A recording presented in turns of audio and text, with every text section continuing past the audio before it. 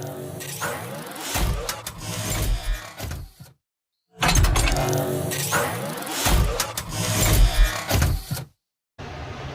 magandang araw mga ka-DIY.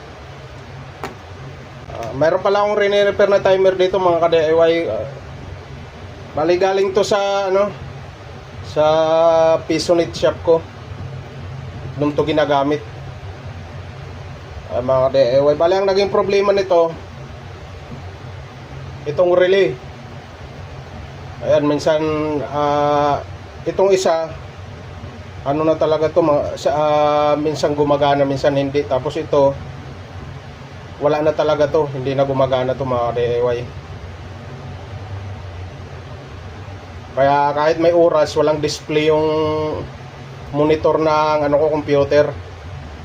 Kaya tinanggal ko to, pinalitan ko ng bago. Asa kan pala mga ka-DIY, pwede rin mangyari to sa kasi minsan ganitong timer ginagamit dito sa car wash, sa pressure washer. Minsan ganitong timer yung ginagamit.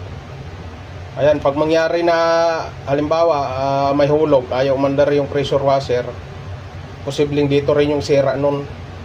Posible lang kasi pag sa car wash kasi mayroon pa isang relay yun, yung minsan SSR yun, pwede rin kasi masira yun. Pero ito rin yung posibleng maging dahilan na hindi umandar yung pressure washer. Itong relay niya mga ka-DIY, sa katagalan kasi bumibigay talaga to. Ayan, bali yung papalitan ko dito, ayan, kasi isa lang mga ka-DIY,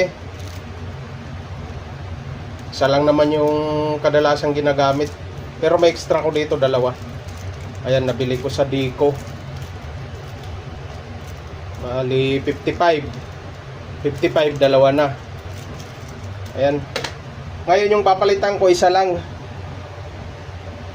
Ayaw na kasing gumana to. Itong isa, gaya ng sinabi ko, nagluloko lang to. Minsan gumagana, minsan hindi. Kasi sinubukan ko na rin yan ipalit. Dati kasi dito nakakabit yung ko ng monitor. Tapos linipat ko dito. Ito naman yung nasira, natuluyan. Ayan nakasaksak na ba to? Yan. Yan, subukan natin mga ka-DIY. Ayan, may oras siya. May oras yung timer, pero hindi umilaw. Ayan Ayan, subukan ko ilipat mga ka-DIY. Gaya nga ng sinabi ko, ito minsan gumagana, minsan hindi. Tingnan natin, baka gumana ngayon. Para makita nyo lang na sira talaga tong isa. Ayan, ayaw. Sana sumindi dito para makita nyo na sira talaga yung isa. Ayan Ayan. Tong isa, nagluloko nga lang to. Minsan nawawala, minsan hindi. Ayan, kaya yung papalitan ko, yung dito lang sa kabila. Ayan diba? Ngayon, re-reset ko para mamatay. Walang oras, patay siya. Ayan, kaya itong isa lang muna ipapalitan ko. Pero ito di ko na rin talaga gagamitin ko minsan kasi nagluloko talaga to. Itong isa. Ito lang yung papalitan ko. Tanggalin ko muna. Sayang kasi pag itapon lang.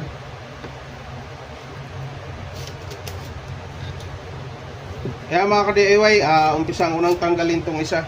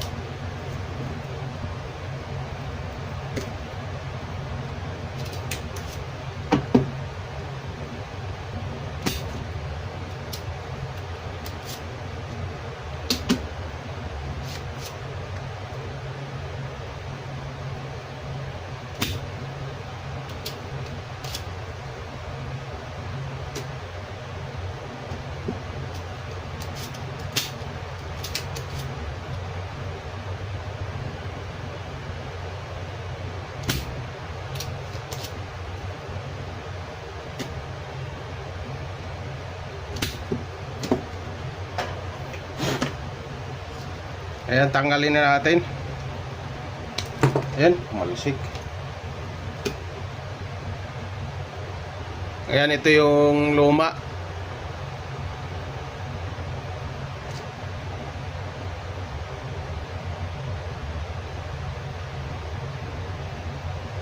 $10 amperes, 10 amperes, 12 volts DC. Ayan, parehas lang naman 12 volts DC. Ayan, kabit ko na mga ka-DIY yung bago. Ayan, ganun lang naman kadali, ano yun yan.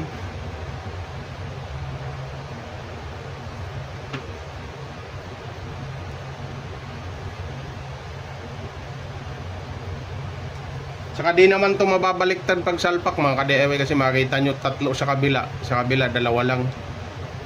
Ayan, dalawa. Yung pin.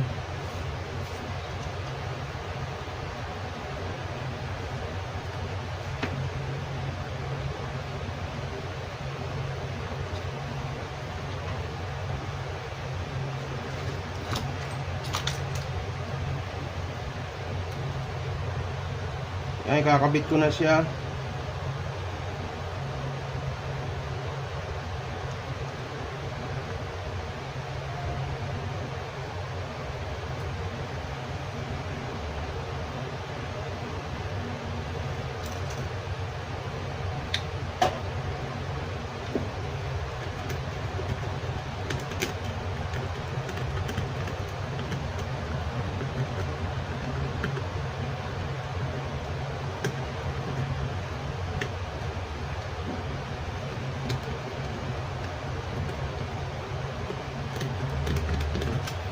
Ayan mga ka-DIY, ganun lang ka bilis ikabit. Pag may ano lang naman yung gamit nito, soldering iron tsaka desoldering pump. Ayan, no? Ayan na siya. Ngayon susubok na natin. Ngayon isusubok ko na mga ka-DIY para malaman natin kung gumagana yung naikabit kong relay. Ayan, saan na yung ito. Ayan, dito ko ikakabit. Yan sa tapat ng pinalitan. Kanina hindi sumisindi dyan eh. Ayan mga ka-DIY, naisaksak ko na ngayon. Ano ko na lang yung ano niya, sensor, para pumitik yung oras. Yan. Ayan, may oras. Ayan na, gumana na mga ka-DIY.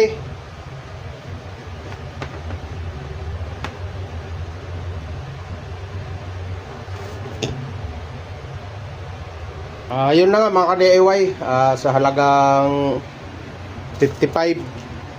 Yan, nakabalot na kasi siya, dalawa. Pero dalawa yung laman nun.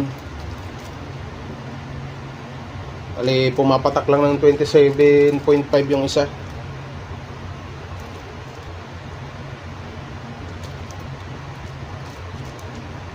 Yan, naayos na ulit yung timer. Magagamit na naman ulit to. Ayan, yun lang mga ka-DIY. Baka maka-encounter, gaya nga ng sabi ko, maka-encounter din kayo ng ganun na problema. Halimbawa sa computer, sa Pisonet shop na setup, pag may oras tapos walang display yung monitor, baka ito rin yung problema. Ganon din sa car wash, sa mga pressure washer. Minsan pag ayaw umandar, baka ito rin yung relay. Ayun lang mga ka-DIY, ganon lang kabilis magpalit ng relay nito.